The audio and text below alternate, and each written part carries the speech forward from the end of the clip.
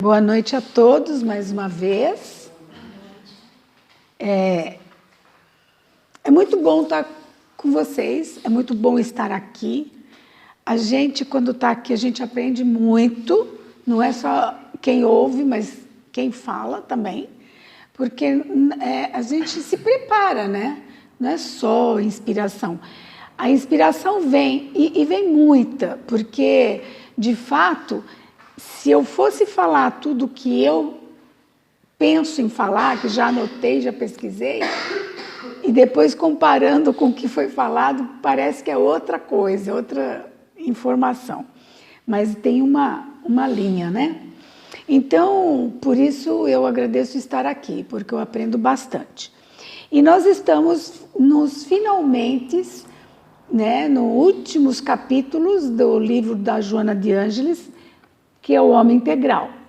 Então, eu tenho alguns capítulos pela frente, espero dar conta hoje, vamos ver.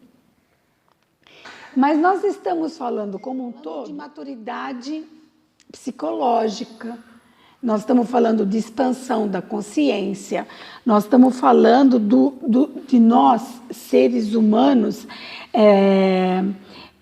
considerando o nosso crescimento, o devir, né? O devir psicológico, é a saúde mental, né? Que faz com que a gente procure estar bem, sempre. E o conhecimento, o entendimento é uma das mais eficientes condições para que a gente alcance isso. E a Joana, como uma psicóloga imbatível, né, inclusive no meu trabalho, eu me estudo muito ela, né, me baseio muito a ela, me espelho a ela, porque ela realmente não tem, ela é atual, né, muito atual. Mas então, para nós fazermos essa conquista, falamos da vez passada sobre as faculdades. Nós mostramos como as faculdades trabalham para nos ajudar na conquista dessa consciência que se expande. E hoje eu vou focar um pouco mais sobre leis Então, eu vou fazer um paralelo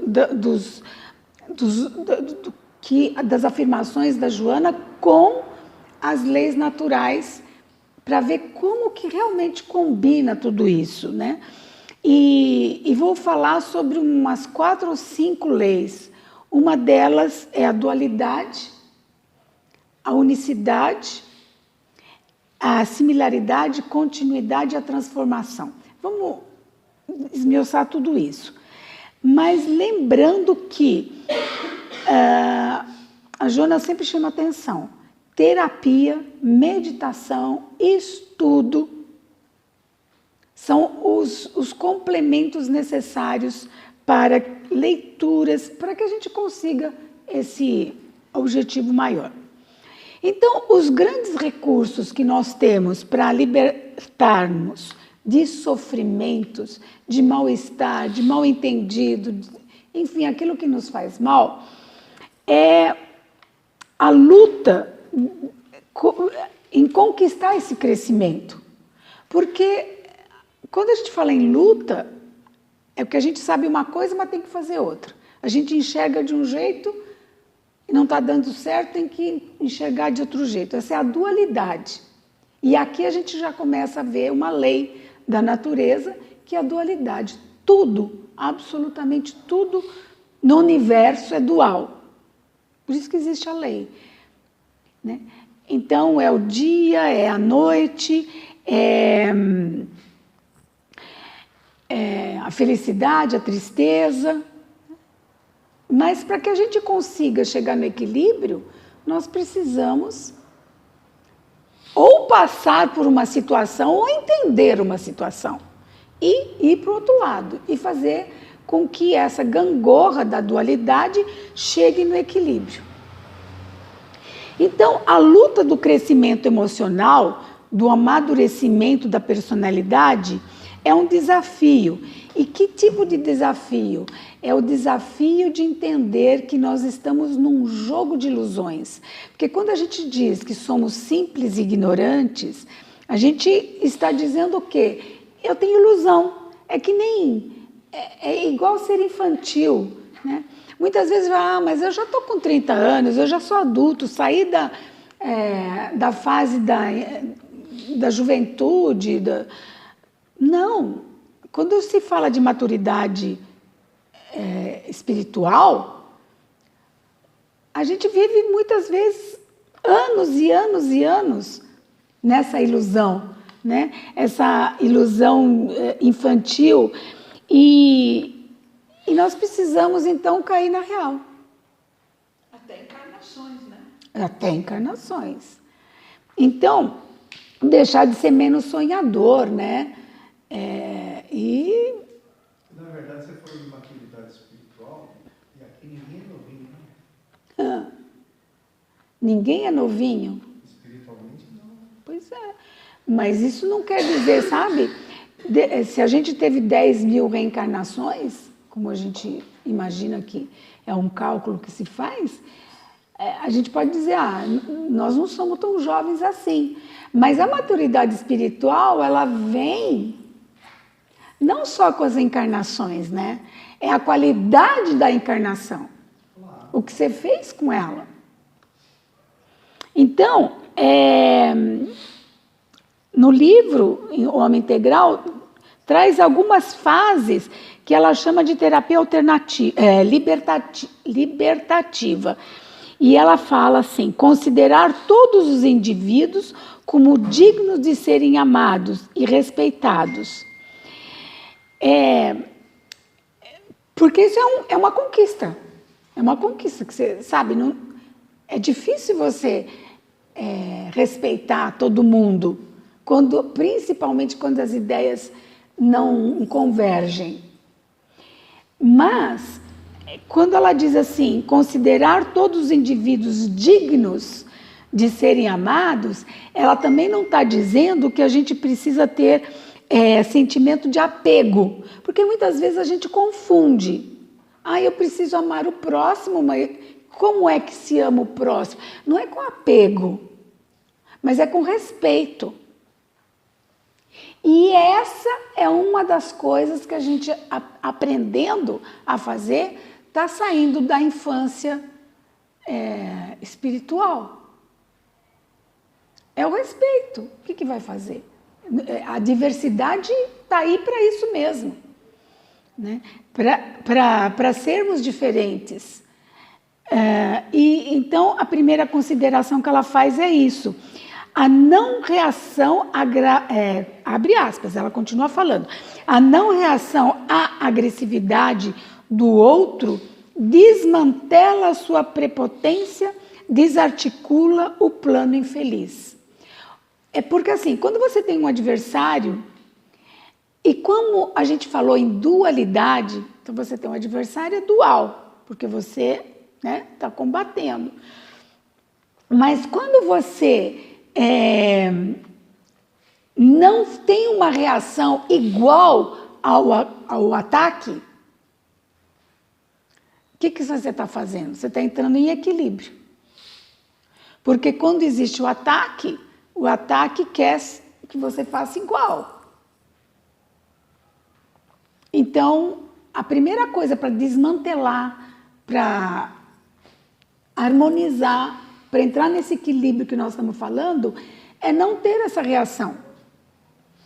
Né? Então, de novo, a não reação à agressividade do outro desmantela a sua prepotência e desarticula o plano, porque é claro que quem ataca tem um plano, no mínimo te vê nervoso. Não do outro. Oi? A prepotência do outro? Porque quando alguém te ataca, ele tem a pretensão de que te vê desequilibrado. Ele tem a pretensão de ver você chorando, tem alguma coisa, ele está te agredindo para ver o pior em você. Mas quando você não faz o que ele espera que seja feito, isso cai por água abaixo. Isso desmantela, como diz a Joana. Então, o equilíbrio, a beleza e a harmonia, que são as três grandes forças para a gente conquistar, fazem parte das leis que agem nas causas emocionais. Então, nós estamos falando do mundo interior, nós estamos falando do mundo emocional, aquilo que ninguém enxerga. Às vezes eu posso até me ofender com alguma coisa que eu ouvi, a pessoa nem falou comigo mesmo, mas eu me ofendo, já acho ruim, já não durmo direito, qualquer coisa assim. Então, nós estamos falando da harmonia e da beleza interior de cada um, por quê? Porque nós estamos falando das emoções e são elas que regem o nosso equilíbrio. Então,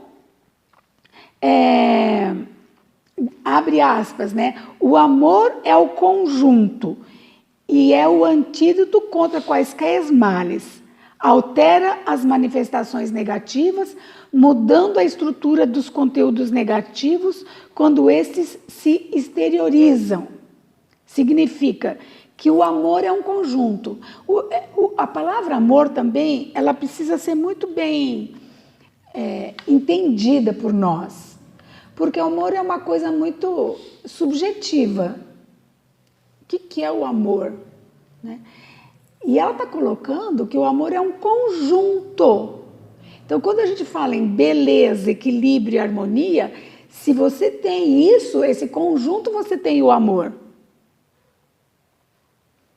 Então, falar eu amo, não dá a noção real daquilo que é necessário fazer. Tem que ter essa harmonia, esse equilíbrio. Esse conjunto de harmonia, equilíbrio e beleza, eles são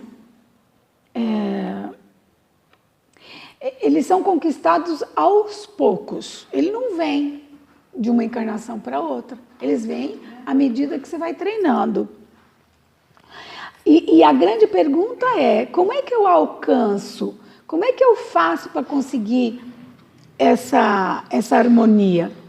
E aí é que vem essa lei da dualidade. Se você tiver bem clara para você a força dessa lei dual, você começa a querer se harmonizar. Porque você sabe que você está entre duas situações. Então, vamos para o conceito da dualidade. A lei da dualidade, ou dos opostos, ou dos contrários, ou da polaridade, são tudo sinônimos, mostra que a vida é a busca do equilíbrio. Por exemplo, você tem o sono, tem a vigília. Você tem a fome e tem estar saciado. Você tem o sucesso e tem o fracasso. Então, se você pegar a fome e o saciado, significa o seguinte: eu não posso ficar comendo a vida inteira. Eu tenho que sentir fome. Aí, quando eu sinto fome, eu como e eu entro em equilíbrio.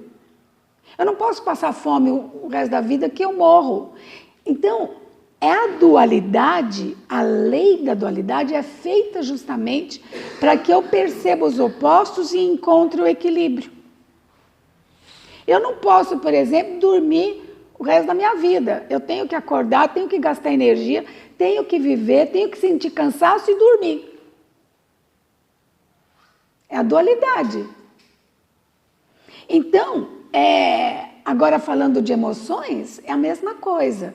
Se alguém me agride, eu tenho que perceber alguma coisa. Como é que eu recomponho isso para entrar no equilíbrio? Ou falando alguma coisa, ou não falando nada, ou mostrando, enfim. Então eu tenho que encontrar uma solução. É preciso reconhecer e integrar essas forças opostas. A ação precisa vir acompanhada da não ação. o trabalho do repouso, a atividade da espera, o raciocínio da intuição. Então, essa é a mensagem que nos passa quando a gente precisa encontrar o equilíbrio, a lei da dualidade. O universo, veja bem, não é nem o planeta Terra, é o universo, é regido por essas leis naturais. A gente precisa ter essa dimensão, né? Por exemplo, por que a Lua não cai, o Sol não cai, não despenca? São leis que estão usando a harmonia, o equilíbrio, porque senão seria um caos, senão a gente não estava vivo, né? Então, nós seres humanos estamos dentro desse universo, ou seja, as mesmas leis que regem a parte material rege as nossas emoções também. Difícil entender isso? Não, né? Então, as leis universais são todas interrelacionadas, elas são interligadas, porque elas partem de um princípio que é a energia. Então, a energia em si, ela se movimenta. E se ela está movimentando, ela está criando alguma coisa. E nessa continuidade do movimento, nós estamos nela também. Então, nós temos que o quê? Não entrar numa roda viva, sem saber para onde está indo. Nós temos que ter noção do que se passa ao nosso redor, emocionalmente falando, gente. Sempre. Então, nós estamos falando dos pensamentos, nós estamos falando dos sentimentos, nós estamos falando das palavras, né? As palavras têm um poder gigantesco, né? Então, qual palavra eu uso para esse momento? Qual palavra eu uso para aquele outro momento? Que palavra eu uso para falar com fulano? Que palavra eu uso para falar com ciclano? Faz diferença.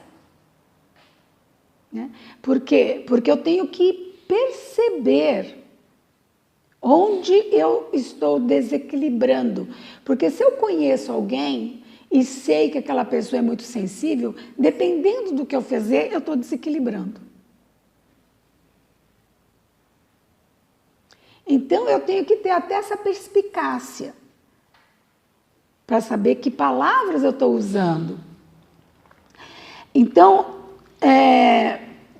ela continua, somos ao mesmo tempo emissores e receptores de energia. Emoção é energia. Emoção é energia pura.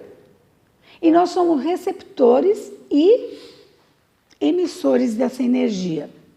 E ela continua, mesmo que não saibamos, mesmo que a gente não aceite e mesmo que a gente não acredite, estas leis regem a nossa vida. Ora, se essas leis, que nós vamos até falar delas, falamos da dualidade, vamos falar de outras, mas se elas regem a nossa vida, eu preciso conhecê-las. Eu preciso saber que poder é esse que elas têm sobre mim. E aí eu vou para o Livro dos Espíritos, na pergunta 614, que faz a seguinte pergunta.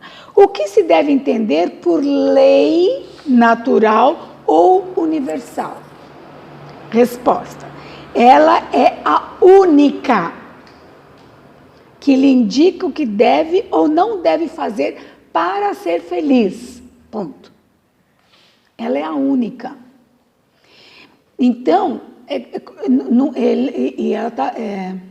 está falando de várias leis, ela é a única. Todas as leis formam um poder, uma força. Porque elas estão todas interligadas. Existem mais de 30 leis. Nós vamos falar de 5. A 615 diz assim, a lei é eterna? Nós estamos falando da lei natural, da lei universal. Sim, ela é eterna e imutável, igual Deus. Ora, Lei e Deus é a mesma coisa. Lei e Deus é a mesma coisa. Por isso que as leis são imutáveis e eternas, igual Deus. Então elas têm essa força. Na 616, as leis mudam de uma época para outra? Resposta certa. As naturais não. As leis naturais não. Mas o entendimento, claro, né? O nosso entendimento a elas. Mas olha a resposta que bonita. A harmonia, olha a palavra harmonia chegando. A harmonia que rege o universo material e o universo moral, onde vêm as emoções, está fundada sobre as leis que Deus estabeleceu para toda a eternidade. Então, de novo, a harmonia, quer dizer, o equilíbrio que você vai usar, mas esse equilíbrio que rege o universo material e o universo moral está fundada sobre as leis que Deus estabeleceu por toda a eternidade. Então, para todos e para toda a eternidade. 619. Deus deu a todos os homens os meios de conhecer essa lei, essas leis, essa sua lei. E o interessante é, todos podem conhecê-la. Óbvio, nós estamos aqui procurando-as, entendê-las. Mas nem todos a compreendem. Isso é o final mais importante da frase. Mas nem todos a compreendem. Por quê? Porque nós somos simples ignorantes ainda. Tem muita coisa para se descobrir. Mas as poucas que nós já descobrimos, nós precisamos usá-las. Usá-las. A dualidade é uma delas. E a natureza, a gente fala das leis naturais, leis natureza e tal. O que é natureza? O que é natureza? Porque, sabe por que essa pergunta é importante? Porque para muitos que não são espíritas, às vezes eu conversando com pessoas, eles confundem natureza com jardim, com planta, com árvore. Acham que natureza é isso. É da natureza. Os animais são da natureza. Não, nós somos a natureza. Só que quando se fala em leis da natureza, a natureza aqui é tudo aquilo que conserva e mantém a ordem das coisas. É o equilíbrio. Tudo que mantém e conserva a ordem das coisas. Isso é natureza. A natureza é equilibrada. Então,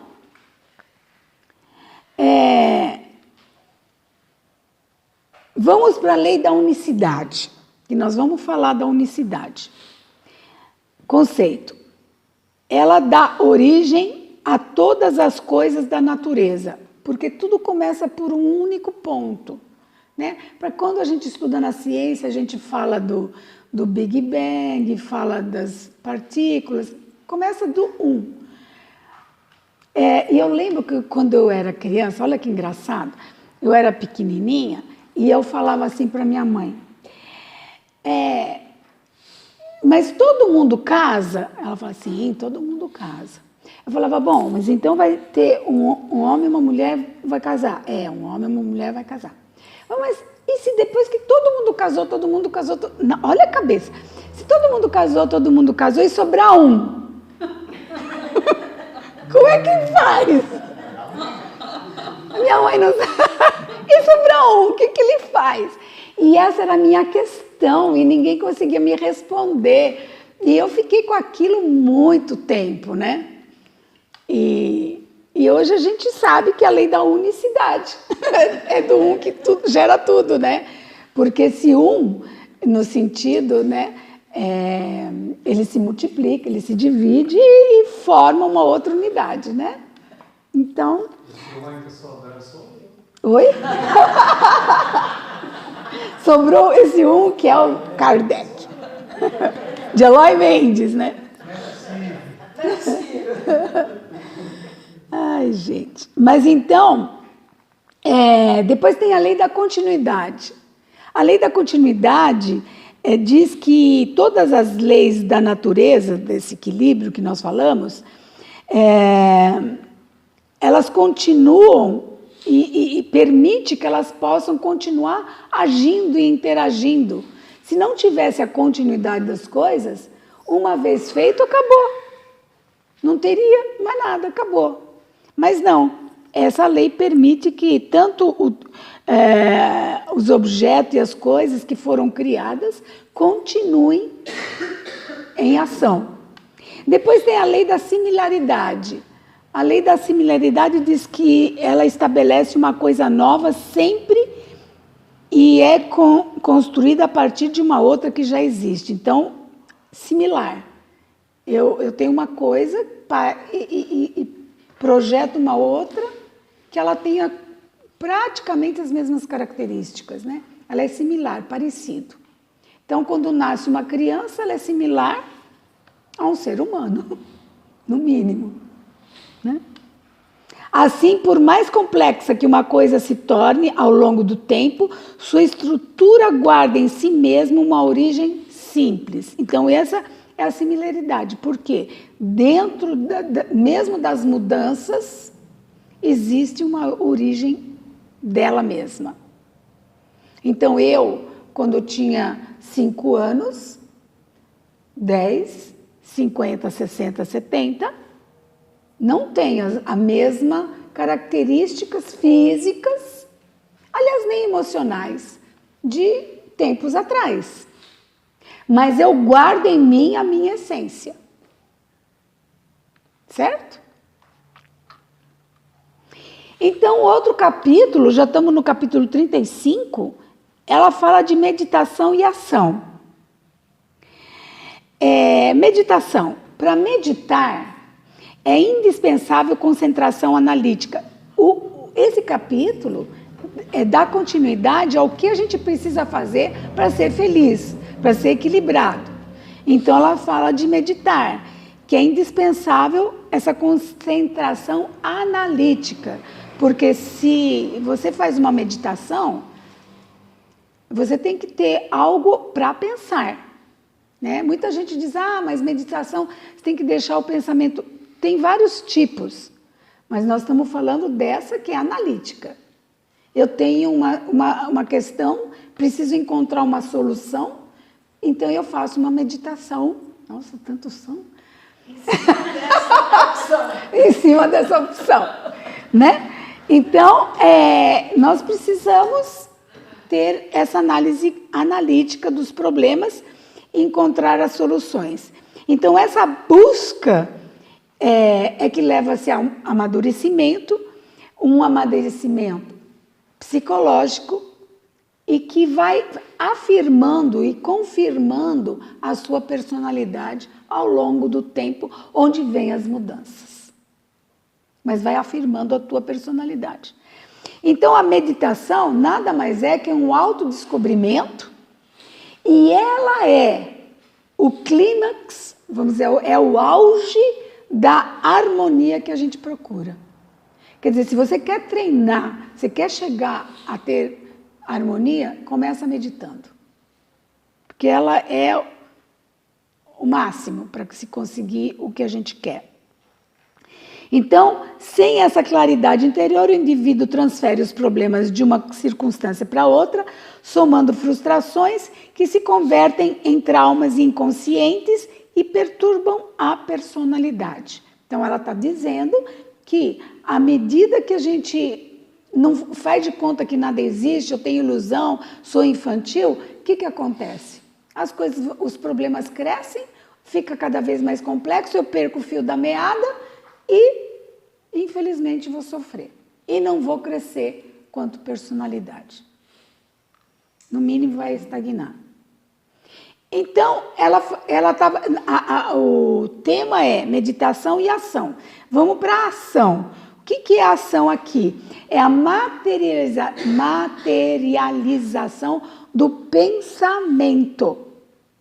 Por exemplo, eu estou falando com vocês agora. O que eu estou fazendo? Pensando para falar. Eu estou materializando meu pensamento. Porque se eu não falar, vocês não vão saber o que eu estou pensando. Então, eu preciso materializar meu pensamento. Então, isso é ação. Isso é uma atividade.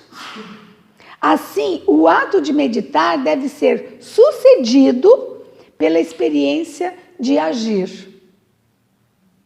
Então, você medita. Tá, tudo bem, encontrei a solução. E agora? E agora vou lá, arregaço as mangas e faço o que eu tenho que fazer. Isso é colocar em ação a solução que foi encontrada. Então, a diferença. Uma pessoa age com a meditação e o outro reage com desesperação. Então, qual dos dois nós vamos querer ficar? Nós vamos ficar com age, com a meditação, porque é ali que você vai encontrar paciência e encontrar soluções equilibradas. Porque se você só reagir, você ainda é vítima da dualidade negativa, vamos dizer assim, né? Porque a dualidade sempre é o negativo e o positivo. Mas de toda forma você tem que ter uma reação. Você tem que reagir. Mas se você reagir negativamente, não cresceu. Mas de toda forma você reagiu. Mas você precisa reagir positivamente, é o ponto. Senão você não adianta reagir. Né? Oi. Você deveria agir conforme a sua consciência, né? Ah, também, claro. Então, isso supõe que nem todas as ações sejam iguais, né, para a mesma situação. Dedução qual é? Que todas... Nenhuma ação será igual para a mesma situação. Cada um vai ter uma reação. Sim. E é interessante essa coisa da consciência. Então, você vai agir conforme a consciência, mas o resultado também é seu, né? O resultado pode ser bom, pode ser ruim. É aonde você, né? É um complemento. Não quer dizer que a consciência seja boa ou ruim. Não, é o resultado. Depende do momento que você está, é o resultado. E dando o resultado, depois, aí você pensa de novo, por que não deu certo? Então, o que essa análise crítica que a gente falou quais as conquistas que eu consegui, do que eu me libertei, do que eu não sofro mais, como é difícil ou é fácil, como é que eu conquisto tudo isso? Então, a gente começa a perceber que a transformação, que é uma lei também, as coisas se transformam em outra coisa, é lento, não é de um dia para o outro, né? Tem que ter paciência mesmo. A gente leva 9 meses para nascer, por que vai acontecer de um dia para o outro? Então, a espiritualidade da qual a gente está falando, né? A gente tem que ter bem claro que nós estamos falando da nossa alma, que precisa crescer. Espiritualidade não é sobre ser algo, diz a Joana, mas ser consciente, estar atento no momento e no agora. Somos todos um, ou seja, ela está falando da lei da unicidade. O que fazemos ao outro, fazemos a nós mesmos. Fecha aspas. Então, ela está falando, se eu tenho que agir e não reagir, eu tenho que ter consciência das coisas, e eu estou trabalhando a espiritualidade, a minha alma, o meu ser interior, eu preciso estar atento no meu momento agora. Não adianta eu chorar o passado e nem ficar imaginando um futuro. Porque não depende de mim o futuro. Não depende mesmo. As circunstâncias são tantas que eu preciso estar preparado para qualquer circunstância. Esse é o ponto do equilíbrio. Agora, querer fazer mudanças é quase que é muita ilusão. Porque as circunstâncias é que fazem o cenário. Então, as leis naturais podem também ser vistas como orientações para comportamentos que irão melhorar o nosso crescimento físico, mental, emocional e espiritual. Então, as leis naturais, vamos pensar nelas. Falou do ser consciente. Eu estava lendo uma historinha e eu trago essa história para vocês para verem a consciência como é. Tem um santo mesmo, muito especial, onde muitos fiéis vão visitar esse túmulo no dia 9 de outubro. Em que cidade? Uma cidade chamada Oshankan. Ela fica em Yerevan, na Armênia. Longe, perto da Rússia lá. Então, esse programa turístico especial, por todo o trajeto, você vê o Monte Ararat, porque você vai passando pela cidade para chegar lá, naquela cidade de Oshankan. E aí, todos nessa cerimônia, nesse dia, vão de terno, vão de gravata, vão vestidos a caráter. As mulheres, todas assim, bem organizadas para a ocasião, bem formal. E um dos visitantes mais importantes nesse encontro é a união dos escritores, que são sempre presentes nessa cerimônia. E aí, esse santo de qual nós estamos falando, ele era, no caso, um tradutor de livros. E então, por isso que se chama Dia do Santo Tradutor. E ele chama São Mesroc. São Mesroc, o santo. E pensem comigo, a Armênia, no caso, que é um país, é o único no mundo que declara feriado nacional e celebra em grande estilo esse santo. Santo Mesrob. Por quê? Porque esse santo, primeiro, ele criou o alfabeto armênio. Na época, não tinha o alfabeto, era só através da linguagem. E aí, depois que ele ensinou a escrever no seu idioma armênio, ele e os seus discípulos traduziram a Bíblia,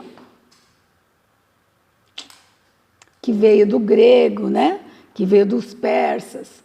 Então, ele foi, e ele e os discípulos, os únicos que traduziram a Bíblia naquele local. Naquela língua. E a partir daquele momento, a cultura do país ganhou sua própria identidade e que se mantém até hoje. E é por isso que eles veneram esse santo. E vamos pensar agora, a história acaba aqui, mas vamos pensar em quantos tradutores já passaram por nossas vidas e nós nem lembramos em homenagear esses tradutores. Por exemplo, a obra de Kardec, do Allan Kardec. Se não tivesse tido um tradutor, nós não teríamos hoje, aqui no Brasil, a oportunidade de estudá-lo. Então, isso é consciência. Nós estamos falando da consciência. Lá eles tiveram consciência da importância de um tradutor. Então, Porque ninguém fala, eles têm que traduzir tudo, Por isso que é importantíssimo, Sim, mas ninguém fala francês no Brasil também.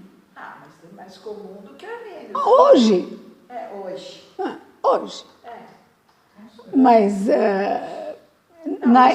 Se você sair por aí, você traduz o que você espanhol, inglês e francês, é o que todo mundo fala. Agora ninguém fala, eu traduzo armênio, eu traduzo... Japonês, chinês. Não existe. Então, essas...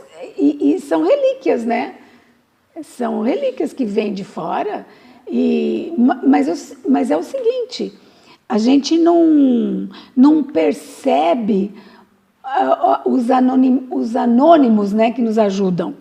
Esse é o ponto, né? E que são eles, muitas vezes, que formam o nosso caráter. Ora, imagine nós antes de sermos espíritas. Hoje temos um outro caráter, outra visão. Tivemos uma grande transformação por conta do quê? Desses anonimatos. Porque eu não teria condição de conhecer Allan Kardec se não fosse um tradutor. O Gentili, por exemplo, né? Bom, e aí, então, nós falamos dessas leis. E passamos para um outro capítulo que é a morte e seus problemas. A morte é um fenômeno. Que lei que vocês percebem aqui nesse fenômeno da morte? Continuidade. Continuidade é uma delas. Qual a outra? Falamos bastante dela, hein? Dualidade, vida e morte. Né? E também tem outra. A lei da continuidade. Porque tudo continua. É eterno, como disse lá o Livro dos Espíritos. Né? Então, a morte é uma fatalidade biológica, mas é um fenômeno da vida. É um fenômeno que muitos de nós, né, tem que ser muito espiritualizado para não ter medo da morte. Mas é claro que a gente tem aquele receiozinho, né? Aquele instinto de conservação que fica pensando, não, agora não, agora, né? Mas o instinto de conservação, às vezes, ainda está muito alto e para reconhecer essas leis. Mas a conservação é uma lei ou só? Conservação é uma lei. É uma lei da conservação. Senão tudo se desintegrava. Né? Mas em todas as leis que elas existem, mas que a gente aplica em nós damos a ela um determinado potencial. Então, para você, o instinto pode estar 10% ativo. Em mim pode estar 40% ativo. Entendeu? Então, por que o homem teme a morte? Diz a Joana. Desinformado quanto ao mecanismo da forma e da funcionalidade orgânica e se desestrutura psicologicamente. Então, ela diz assim, desinformado quanto ao mecanismo da forma. O que é a forma? É a lei da dualidade que a gente não percebe, que, por exemplo, existe uma engrenagem molecular que se associa e se desassocia. Associa, desassocia. As moléculas fazem isso. É uma engrenagem. Mas elas não ficam o tempo inteiro no mesmo lugar. E elas saem, se movem. Então, essa associação e desagregação e que as partículas vão fazendo é que a gente não percebe em nós. A gente envelhece e não acredita que aconteceu alguma coisa lá dentro. Né? Então, os mecanismos da forma e da funcionalidade orgânica, e quando você não percebe essa lei atuando, você entra em desestrutura psicológica, como ela coloca. Porque você não entende por quê. Aliás, eu perguntei aqui uma vez, eu acho que foi aqui, numa dessas palestras, por que a gente envelhece? Por que a gente fica velho? Fisicamente? Fisicamente. Os telômeros vão acabando, minhas células vão morrendo. Sim, mas por quê? Por que é uma lei acontecer isso? Porque você tem que morrer. Oi. É matéria finita. A lei da finitude. Da matéria. Existe essa lei, finitude? Tudo é infinito, né? Mas acontece o seguinte, para a alma, né? Para a alma, o envelhecer ou não se transformar em alma, né? No invisível, é uma oportunidade para continuar trabalhando na sua tarefa. Porque o telômero, como você disse, podia ser menor, então, com 30, com 40, por que tem, às vezes, com 90, com 100? Ali tem um trabalho a ser feito. Então, tudo tem um motivo. Tudo tem um motivo. E na pergunta 110 do Livro dos Espíritos, fala o seguinte, dê alguma interpretação lógica aos livres pensadores e eles administrarão sem dificuldade esse fenômeno. No 110 do Livro dos Espíritos está dizendo o quê? Que se você tiver se você for livre para pensar e não ficar fechado em estruturas dogmáticas, você vai encontrar sempre uma informação que te libera do medo da morte. Tem que pensar, tem que imaginar, tem que ter um objetivo. A morte, no caso, então, inclusive ela coloca aqui, ela não é um castigo, ela não é um fim, mas só que a gente não tem isso muito claro na nossa consciência. E culturas muito antigas, como os gregos e como os egípcios, faziam de tudo para descobrir o que era após a morte. Os gregos colocavam ouro na boca do morto para o barqueiro levar, para o barqueiro não sei o quê, para levar para o outro lado. Os egípcios embalsamavam. São histórias que o que eles estavam fazendo? Tentando descobrir por que a morte. Então, hoje nós temos a doutrina espírita para nos dizer o que é a morte. Como é que ela funciona? Eterna, como Deus. E um dos cientistas, o Lavoisier, dizia, na natureza, nada se cria, nada se perde, tudo se transforma.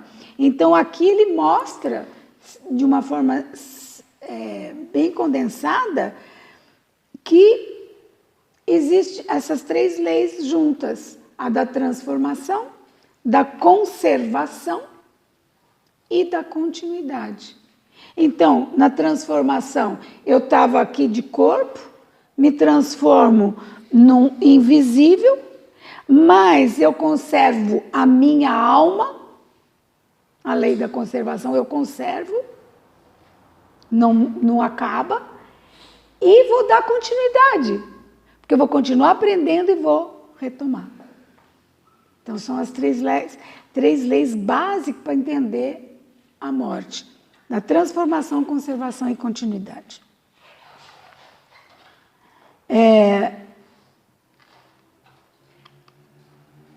Deixa eu ver. A morte não elimina o quantum, ele até usa ela, né, no livro. A morte não elimina o quantum da consciência após a desinjunção. Quer dizer, a consciência. A gente fala alma, fala espírito, fala... Mas é consciência. Eu não perco a minha consciência só porque eu morri. Então, abre aspas, se desde cedo cria-se o hábito da meditação a respeito da consciência sobrevivente, em que é independente do corpo, a morte perde seu efeito tabu de aniquiladora, de odienda, de destruidora de ideal. E aí, meditando, a gente encontra um caminho para decifrar qual o significado que Deus colocou para nós, da morte. O importante, ela continua dizendo, a curiosidade do desconhecido, a tendência de investigar os fenômenos novos, são atração para a mente aberta, livre e curiosa. Então é isso que nós precisamos ser, livres para pensar, livres para ter novas ideias sempre, né? Juntar com informações antigas, tirar o melhor e tocar em frente o nosso raciocínio. Só assim a gente vai ser equilibrado. A pergunta 957, temos mais 2 minutos. Por que o homem tem instintivamente horror ao nada? Porque tem gente que pensa que morreu, acabou, não tem mais nada, né? Mas instintivamente sabe que tem alguma coisa. Por isso que os gregos, os egípcios, até o espírita, até o católico, todo mundo procura uma resposta. Então a pergunta é essa, por que tem horror ao nada? Resposta. A ideia do nada tem alguma coisa que repugna a razão. Ora, se nós somos seres inteligentes, nós não podemos ficar com esse princípio, dessa ideia, né? Crer em Deus sem admitir uma vida futura seria um contrassenso. Então, você acredita em Deus e você acredita que não existe nada, então é um contrassenso. Então, Deus fez o quê? Te pôs no mundo, te criou. Para quê? Então, não pode existir um nada. O sentimento de uma existência melhor está no foro íntimo de cada ser humano. A vida futura implica na conservação de nossa individualidade. Então, nós somos únicos, somos individuais, somos transcendentes e cabe a nós fazer essa consciência crescer cada vez mais. Só para deixar claro o que é a lei da conservação. A conservação resguarda de dano os elementos que devem se unir para formar uma associação. Porque a conservação, se a gente não tiver isso claro, a gente pensa assim, eu preciso conservar isso, custe ao que custar. Por exemplo, uma união. Uma união de 2 seres. E eu estou dizendo isso porque eu trabalho com isso, né, gente? E eu vejo cada uma que eu não acredito. Então, tem gente que sofre porque não entende que a lei da conservação permite também o desenlace. Veja bem, vou ler de novo o princípio da lei.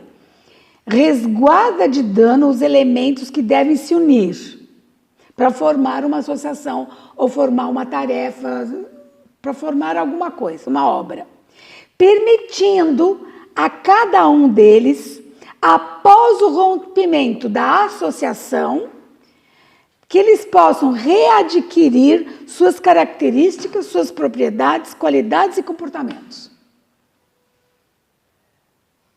Sabe o que está dizendo essa lei? Está dizendo o seguinte: eu me uno com algo, faço uma sociedade, um negócio, ou um casamento, qualquer coisa. Eu me uno para uma obra, para alguma coisa. Mas se depois que essa coisa foi feita, pode essa união se desfazer. Porque ao se desfazer, cada um desses integrantes da associação guardam em si a sua individualidade, a sua consciência, suas qualidades, suas propriedades. Não tem como ser diferente. Certo? Então, aqui a gente termina o nosso trabalho dizendo que a coisa mais importante é eu comigo mesma.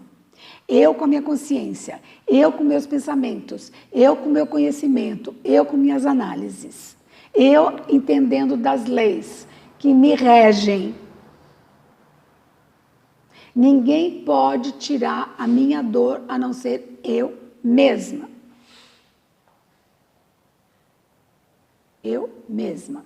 Então, é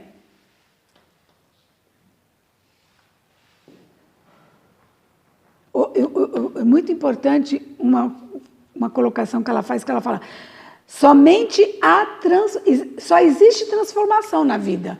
Não existe aquilo que a gente fala que transforma e prejudica, né? Como se fosse aniquilar, acabar. Não, não acaba.